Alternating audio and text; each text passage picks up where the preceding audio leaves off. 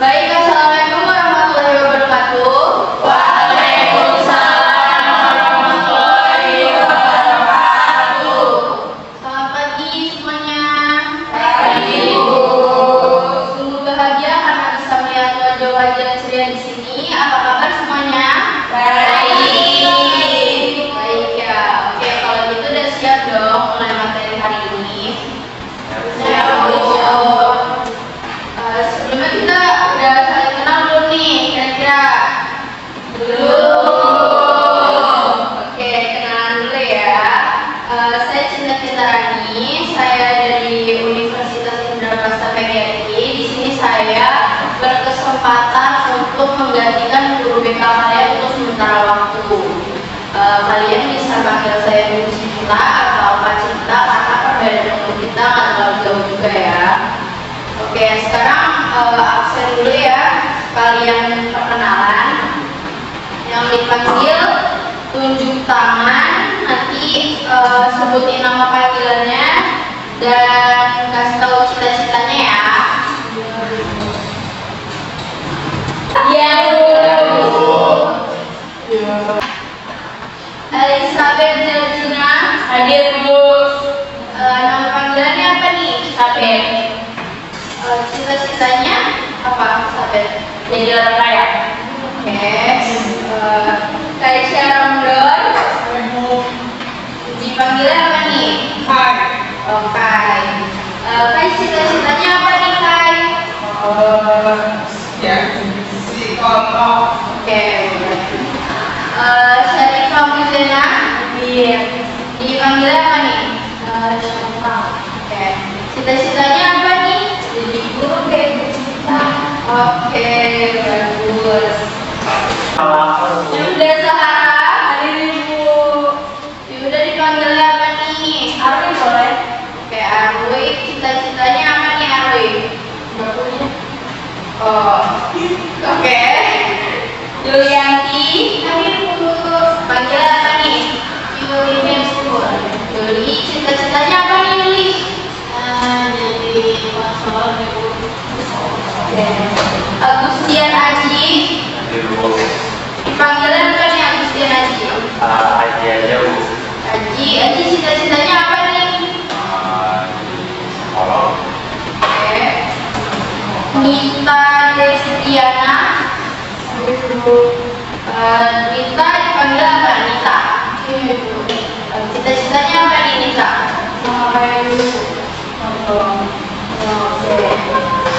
Najwa Safarina, panggil apa nih, Najwa Safarina? Najwa aja Ibu. Najwa cita-citanya apa nih? Jadi dokter, Bu. Oke. Hanum Salsabila, panggil apa nih, Hanum? Hanum, Bu. Cita-citanya apa nih, Hanum? Yang terakhir, Hanifah Remaja, hadir Bu. Dipanggil apa nih, Hanifah? Nifah, cita-citanya apa nih? Konselor, Bu. Oke. Berarti semuanya masuk ya, totalnya ada 10 orang. Oke, pada kesempatan kali ini saya selaku mahasiswa bimbingan konseling yang diberi kepercayaan untuk menggantikan guru BK kalian untuk sementara waktu di sekolah ini, saya akan menyampaikan materi tentang layanan pemasaran konten. Teman-teman di sini ada yang udah tahu belum tentang layanan pemasaran konten? Belum. Oke, belum pernah dengar juga nih sebelumnya? Oke, coba saya jelasin ya. Karena teman-teman di sini belum pada tahu, saya kasih penjelasan dari layanan penguasaan konten. Jadi layanan penguasaan konten atau PKO adalah layanan bantuan yang fokusnya berada pada suatu keterampilan tertentu melalui kegiatan belajar dan bertujuan untuk membantu individu menguasai aspek-aspek konten dan topik yang akan kita bahas nanti. Kemudian nanti pada saat kegiatan nanti berlangsung, saya harap kalian memperhatikan dengan seksama dan tidak ribut, dan juga jika ada pertanyaan atau ingin memberikan pernyataan, hendaknya dilakukan bergantian, tidak memotong pembicaraan orang lain, dan tidak berebut. Lalu jika ada yang memiliki perbedaan pendapat, boleh saja melontarkan pendapatnya dengan sopan dan saling menghargai pendapat orang lain ya. Adapun tujuan dan manfaat dari mempelajari materi tentang meningkatkan kepercayaan diri dalam wawancara kerja, tujuannya adalah untuk mempersiapkan diri secara optimal dalam menghadapi situasi yang menuntut seperti wawancara, dan memahami cara meningkatkan kepercayaan diri dengan seseorang dapat mengurangi ketegangan dan meningkatkan rasa percaya diri saat bicara dengan wawancara. Hal ini membantu dalam memberikan penampilan yang lebih positif dan meyakinkan, yang pada gilirannya dapat meningkatkan kesempatan untuk mencapai tujuan karir yang diinginkan. Lalu manfaat dari mempelajari materi tentang meningkatkan kepercayaan diri dalam wawancara kerja, yaitu untuk penampilan yang lebih positif, kemampuan mengatasi ketegangan, kesempatan mendapatkan pekerjaan, dan perkembangan karir. Ya, itu ya anak-anak. Ya, Bu. Baik.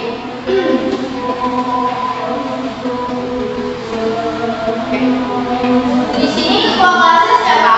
Aisyah, Bu. Kayak ketua kelasnya. Sebelum kita melakukan kegiatan hari ini, ada baiknya kita berdoa dulu, dipimpin oleh ketua kelas, silakan. Baik, sebelum kita melaksanakan kegiatan pada hari ini, akan kita berdoa tentang kepercayaan masing-masing. Doa dimulai.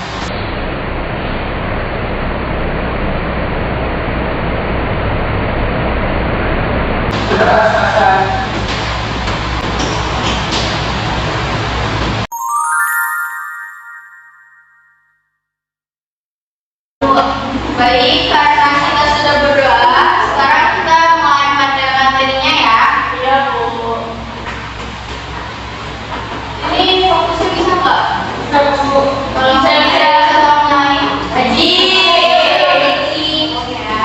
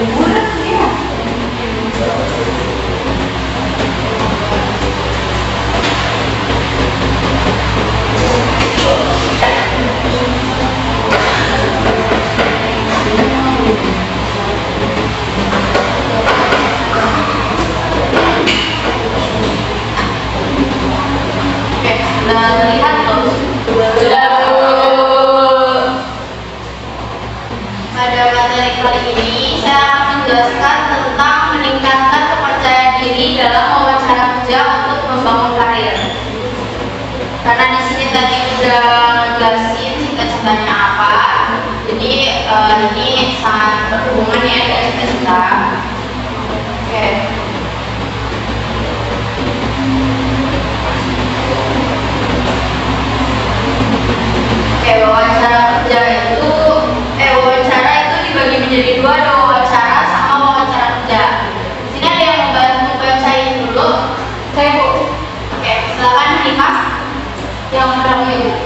yang ingin jadi wawancara adalah salah satu teknik yang sering digunakan untuk mengumpulkan informasi atas data dari seseorang atau kelompok orang. Wawancara dapat dilakukan secara lisan atau tertulis dan dapat dilakukan oleh seseorang atau sekelompok orang yang disebut interview.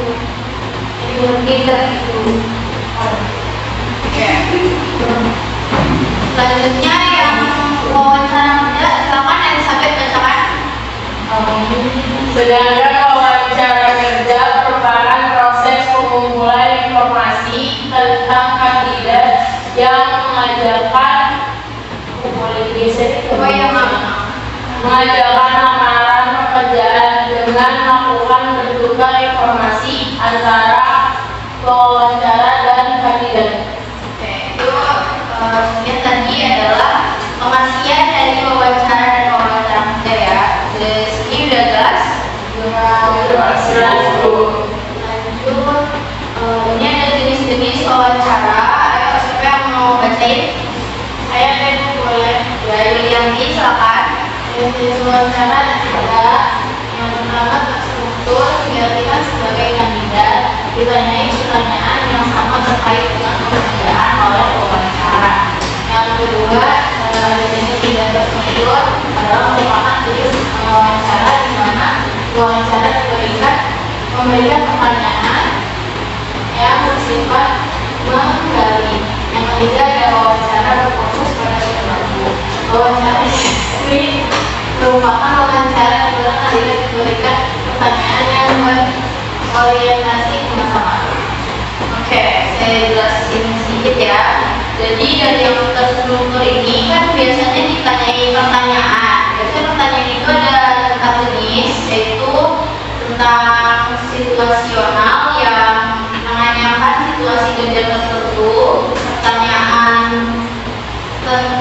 pertanyaan pengetahuan pekerjaan yang bertujuan untuk melihat seberapa mengerti kandidat terhadap pekerjaan yang diinginkan. Lalu ada pertanyaan simulasi simpel pekerjaan di mana kandidat diminta untuk menjawab pertanyaan yang berkenaan dengan pelaksanaan tugas. Dan yang terakhir ada pertanyaan kewajiban karyawan untuk menggali kemauan kandidat dalam mematuhi kewajiban karyawan ya. Selanjutnya yang tidak terstruktur itu jenis wawancara ini juga sifatnya komprehensif dan mendorong kandidat untuk lebih aktif berbicara. Kelemahan dalam wawancara ini adalah seringkali memakan waktu lebih lama dikarenakan kandidat akan memungkinkan untuk bercerita panjang lebar atau bahkan mencurahkan isi hatinya. Dan yang terakhir, wawancara berfokus pada perilaku. Pada wawancara ini, wawancara akan mengaitkan kejadian di masa lalu kandidat sebagai acuan perilaku di masa depan. Asumsi dalam wawancara ini adalah bahwa perilaku di masa lalu merupakan prediktor terbaik untuk perilaku di masa depan. Selanjutnya ada kepercayaan diri. Kalau Kaisar dibacakan. Jadi kepercayaan diri merupakan sifat yang dimiliki oleh seseorang dengan rasa percaya dan yakin terhadap kemampuan yang di dalam dirinya, yang membantu individu mengurai dan mengubah secara tuntas kepribadian yang dimilikinya agar dapat menjadi pribadi yang lebih baik. Nah, dari sini coba siapa yang masih kurang percaya diri juga? Saya tahu. Ini di sini lebih dijelasin lagi ya supaya lebih mengerti. Nah, ini adalah solusinya agar percaya diri saat wawancara kerja. Silakan Nita, kalau bacakan. Solusi yang percaya diri saat wawancara kerja itu yang pertama itu latihan mencatat materi wawancara. Yang kedua itu latihan bicara di depan cermin atau orang lain. Yang ketiga itu mempersiapkan materi wawancara. Yang keempat, lakukan latihan wawancara. Yang ketiga itu latihan untuk memperlihatkan bahasa tubuh. Oke. Jadi di sini ada notnya juga. Saya ini akan membuat pelamar sambil lebih meyakinkan di depan interviewer, menunjukkan value yang dimiliki, menjawab pertanyaan dengan jelas, dan menunjukkan potensi yang terbaik. Nah, di sini juga saya akan menjelaskan sedikit ya tentang solusi-solusinya. Dari yang pertama, mencatat materi wawancara. Kita sebagai pelamar bisa menulis daftar pertanyaan yang mungkin akan ditanyakan oleh HRD atau pihak pemberi kerja. Nah, selanjutnya ada latihan bicara di depan cermin atau orang lain. Nah, di sini kita sebagai pelamar harus bisa berlatih bicara dengan mengajak teman, keluarga, atau kerabat untuk menjadi pewawancara. Kita diwawancara bantu. Dan selanjutnya mempersiapkan materi wawancara. Pelamar harus mempersiapkan materi wawancara yang akan diajukan oleh interviewer serta cantumkan jawaban yang umum diketahui. Jadi biar lebih luas lagi pada saat wawancara dilakukan. Lalu latihan wawancara ya.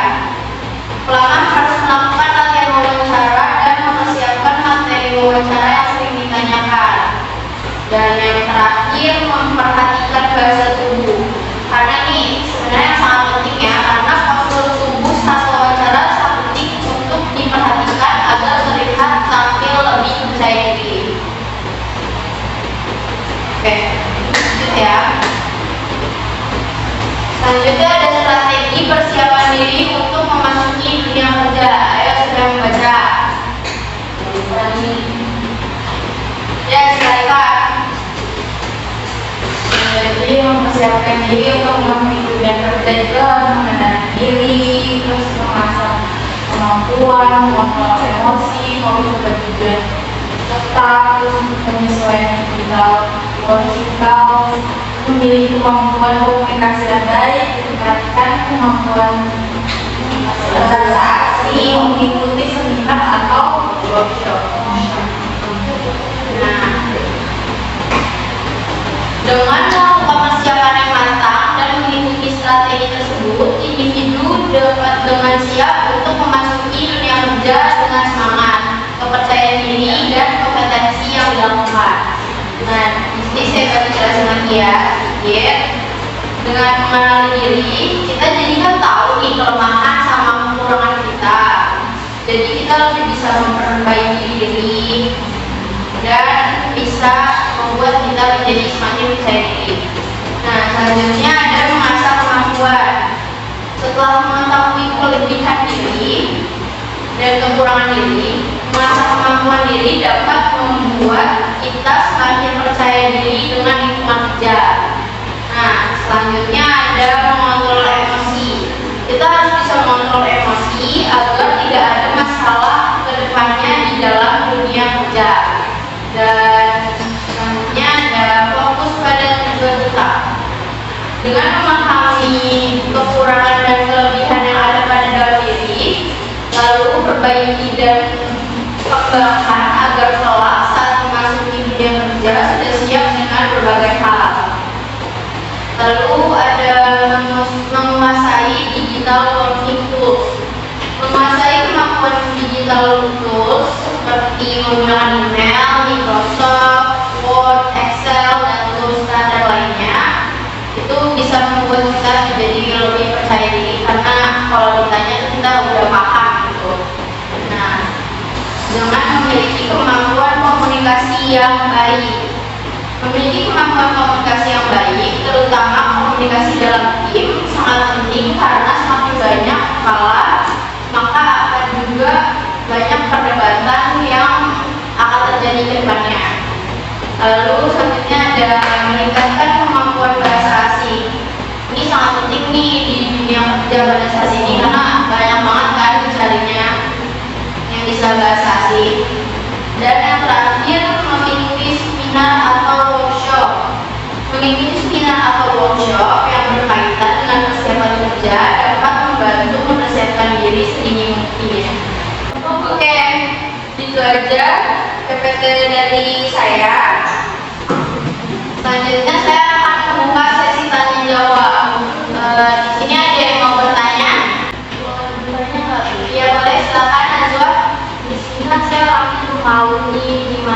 biar saya pas wawancara kerja itu bicaranya itu lebih luas, biar nggak malu aja gitu. Gimana sih tipsnya? Oke, kalau tips dari saya ya, coba lebih sering latihan untuk bicara depan cermin atau depan orang lain seperti kerabat yang tadi sudah dijelasin ya, supaya lebih percaya diri, terus kedepannya lebih mentingin masa depan sih daripada ego yang malu itu ya. Bisa dipahami? Oh, baik. Oke. Ada yang mau bertanya lagi? Saya kalau misalkan kan kebanyakan orang bilang kalau yang ekstrovert itu bakal lebih besar kemungkinan untuk masuk dalam pekerjaan atau juga waktu pas wawancara itu dia akan lebih apa sih gampang menyampaikan. Menurut ibu tuh itu benar atau tidak? Kayak takutnya kan kalau ekstrovert juga kadang ada yang bilang kurang baik. Kalau menurut saya sih bisa aja ada kemungkinan untuk masuk, tapi ada kemungkinan juga untuk enggak, karena itu tergantung kita paham atau enggak sama materi wawancara nanti yang disampaikan. Ya? Ada yang mau bertanya lagi? Cukup ya. Oke, karena nggak ada yang mau bertanya lagi, saya akan lanjut ke sesi identifikasi diri.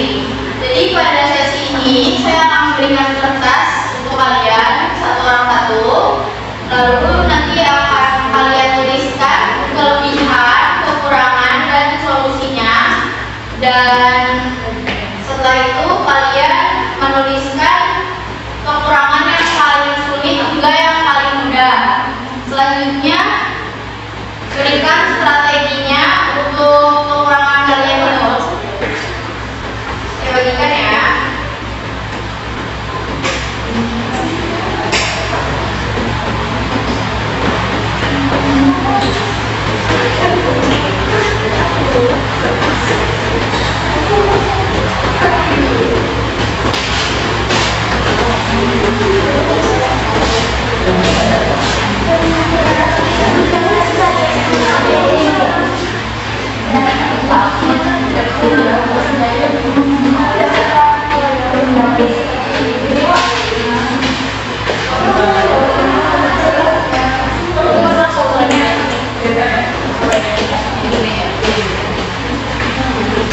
Oke, saya berikan waktu mau berapa menit?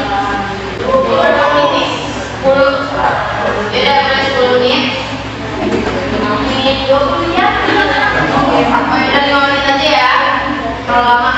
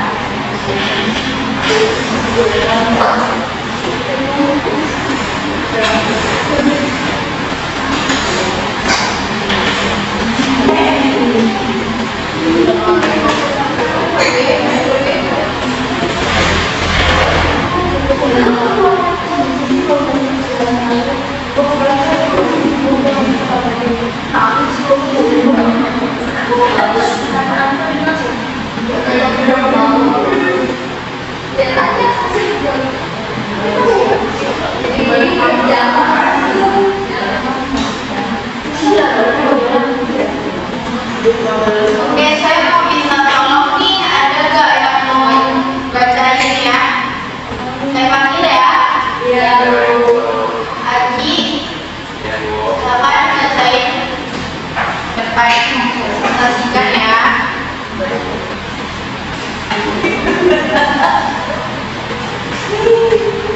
Oke, di sini saya akan membahas mengenai kekurangan dari apa yang saya miliki, kekurangan besar, dan akan saya coba berikan strategi untuk menuntaskannya, untuk solusi yang akan bisa saya dapatkan dari kekurangan.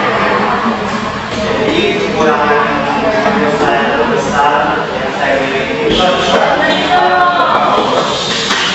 karena saya merasa kurang bisa membuka diri kepada orang lain. Jadi caranya yang bisa dilakukan untuk kekurangan yang saya miliki itu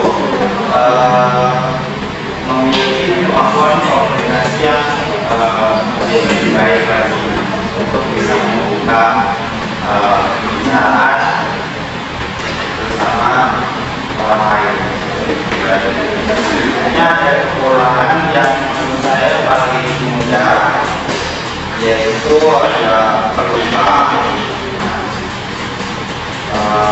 Strategi yang bisa saya lakukan untuk mengatasi masalah ini adalah mengenali diri sendiri, karena kalau dari mengenali diri sendiri akan bisa menjadikan lebih mengenal diri sendiri, terus juga bisa tahu apa yang kurang dari diri sendiri. Terusnya solusi dari kekurangan terbesar saya mungkin bisa mencoba keluar dari zona nyaman yang ada pada diri saya. Mungkin juga untuk masalah yaitu kalau saya yang mudah lupa, mungkin saya mencoba lebih teliti lagi, kemudian harinya untuk bisa memikirkan kembali apa yang ingin saya lakukan. Terima kasih.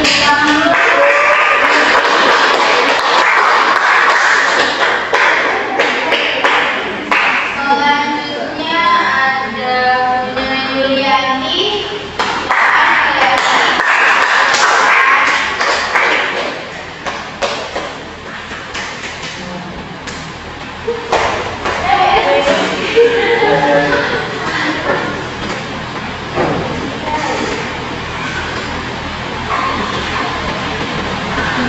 Jadi kekurangan saya yang pertama adalah kurang percaya diri, terus punya minat dan bakat, terus merasa punya keunggulan di tempat spesial, hari spesial. Terus kelebihannya bisa bekerja sama dalam tim, ambisius, cepat tanggap. Solusinya dari kurang pede, bicara dengan cermin, terus yang kurang tidak punya minat dan bakat, mencari minat dan bakat solusinya, terus merasa tidak punya keunggulan, solusinya mengasah skill mungkin. Terus strateginya, satu meningkatkan kemampuan komunikasi yang baik, dua mengikuti seminar atau workshop, yang ketiga mengenali diri sendiri.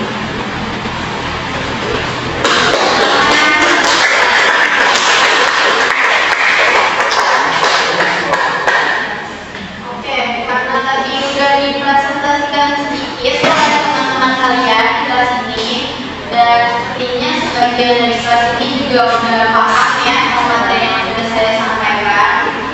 Kira-kira ada yang mau ditanya lagi nggak? Paham semua ya berarti. Selanjutnya saya akan memberikan kesimpulan tentang meningkatkan kepercayaan diri dalam wawancara kerja untuk membangun karir. Saya bahas sedikit lagi supaya kalian lebih teringat ya. Meningkatkan kepercayaan diri dalam wawancara karir adalah kunci untuk membangun karir yang sukses.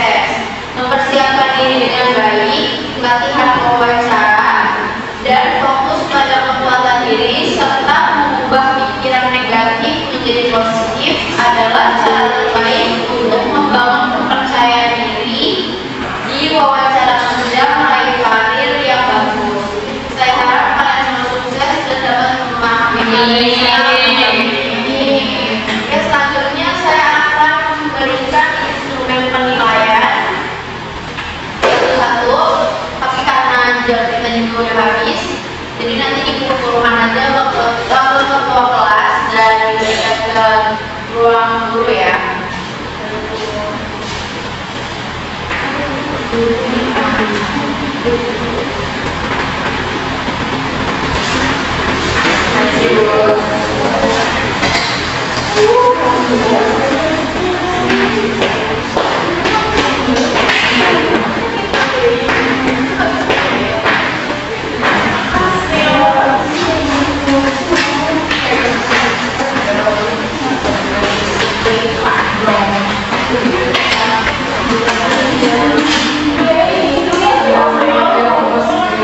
Baik, karena pertemuan hari ini sudah selesai, saya tutup. Kurang lebihnya mohon maaf. Assalamualaikum warahmatullahi wabarakatuh. Waalaikumsalam warahmatullahi wabarakatuh.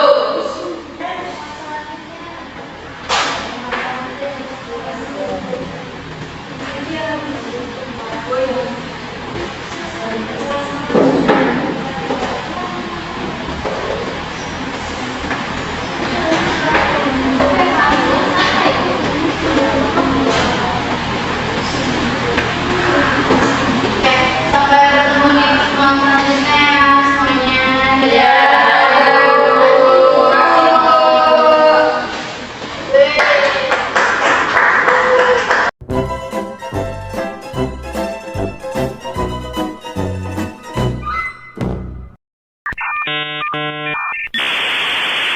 Saya wassalamualaikum bro.